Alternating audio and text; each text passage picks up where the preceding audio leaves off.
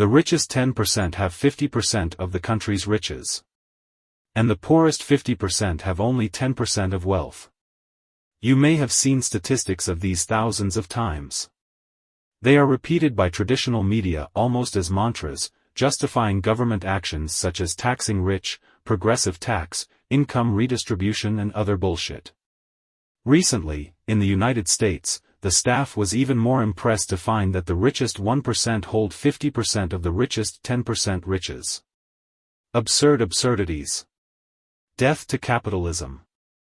Occupy Wall Street. But before we breaking everything like black blocs, united blocks that may be fighting the law of gravity, let's ask some questions before. Is it the free market that generates this inequality? Is income inequality really bad? Is the government able to reduce income inequality? Anyway, will a society without government have more unequal or less unequal wealth than we already have today? Does anarcho-capitalism bring inequality? George Zipf was an American linguist who lived in the early 20th century. In 1935, he made a statistical assessment of the English language in which he noticed that the most frequent word in English is the article defined in the, which is equivalent in Portuguese to articles a, o, as, os. This word appears 6% of the time, i.e. 6% of all words in a book in English are the. Moreover, he noticed that the second most common word was the preposition of.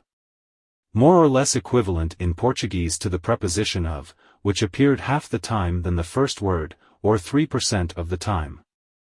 Then the third, and, a third of the time appeared. And the fourth, too, appeared a quarter of the time. And so on. That is, the relative frequency of each word is inversely proportional to its order. The Zipf law is a form of statistical distribution that fits very well to describe the relative frequency of words in the English language. Like any statistical correlation, values a euro are not exact, but the tendency is absolutely clear and it is easy to check the curve adjustment to a line in the logarithmic chart. This could be a mere curiosity if the law was not equally applicable to all other existing languages. Yes, Portuguese also follows the Zipf law, as well as any other language. Even invented languages, such as Esperanto, Klingon, also follow the law. It's an unbelievable fact, right? But there is no explanation for that. Human beings, exercising their natural creativity to produce a language, end up generating words that follow a specific, almost constant distribution. What is the alphabet used? It doesn't matter. What is the order of the sentence, subject, verb, object, as in English and Portuguese, or verb, subject, object, as in Japanese, or subject, object, verb, as in most of the languages a euro of the world? It does not matter. The Zipf law applies. Language has two genres, such as Portuguese, or three, such as German, or just one, like English. The Zipf law applies the same way. It also applies in several other situations. Do you know where the ZIPF law applies? Yes, in income distribution. If you take an income distribution from a population of any country, you will find a distribution very similar to the curve provided for by Zipf law. The richest second person earns half of what the richest person earns, the third wins a third and so on. But I saw in Jornal Nacional that OECD Gini Index says Brazil is more unequal than Sweden. If the curve is the same, why is there this difference? Why are there countries and populations with more unequal and less unequal riches? First of all, I must say that there are some points that I disagree with in calculating the OECD Gini Index. First, the fact that they consider the government budget in a given area as income distribution. In their account, if the government spent X reais on education and health for the poorest, he gave this money to the poorest. This simply is not true. A part of the money is lost in government corruption. But most are lost in pure administrative inefficiency. The correct account should consider only the subjective value perceived effectively by the poor, by the final beneficiary. If the government spends X reais on the poorest, that does not mean that the amount received by them was the same ex reis. In fact, the value is impossible to calculate, as it is a subjective value outside the market. I particularly consider this value negligible. Another failure of the OECD index is that they leave out the benefits earned by the government itself, politicians and civil servants.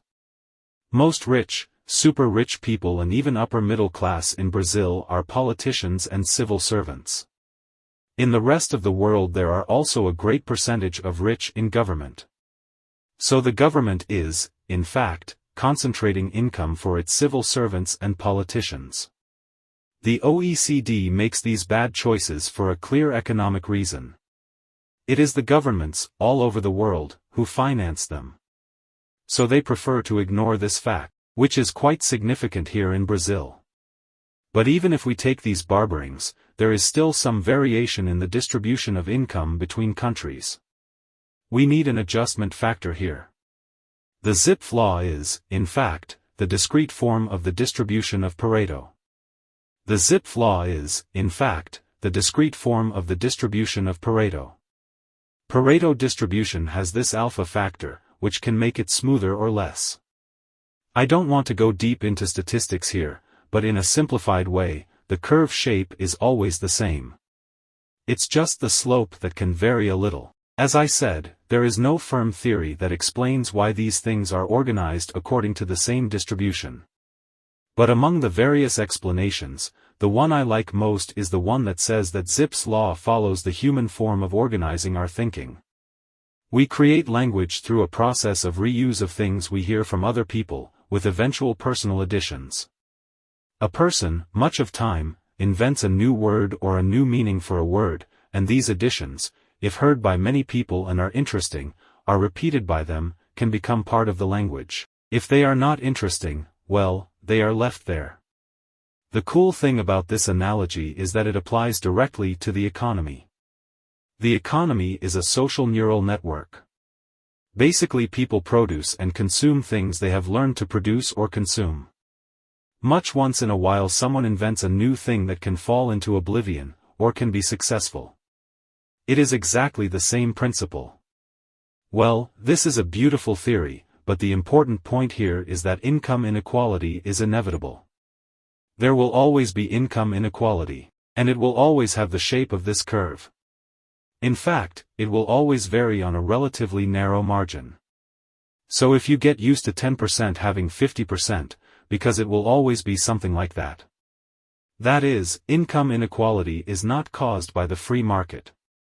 It is a consequence of human society. Now, is income inequality something bad? There are two ways to see this. I think the bad is misery, it is poverty, not necessarily income inequality. I find it sad that people die without having something to eat, but if I'm well fed, I have a minimal comfort in my life. What a difference makes for me that there are people who have private islands or helicopter fleets, etc. My view is that inequality itself is no problem. Poverty is the problem. But there is a second way to see this. We have to admit that envy is part of human nature. We all have some degree of these bad feelings. Negating them is useless.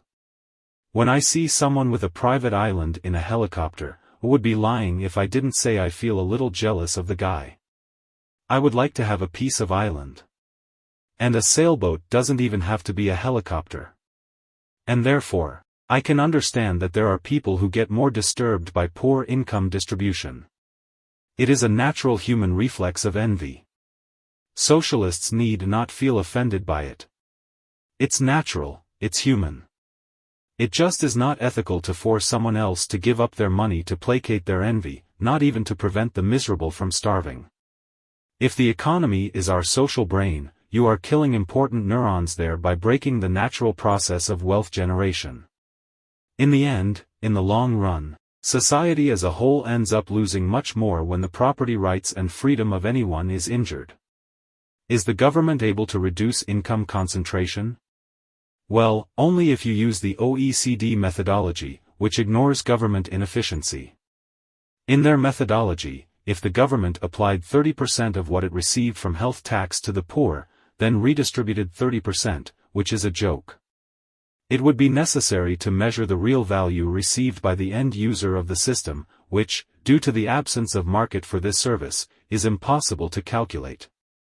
You only have a government, so there is no market for state services. So they don't have a value.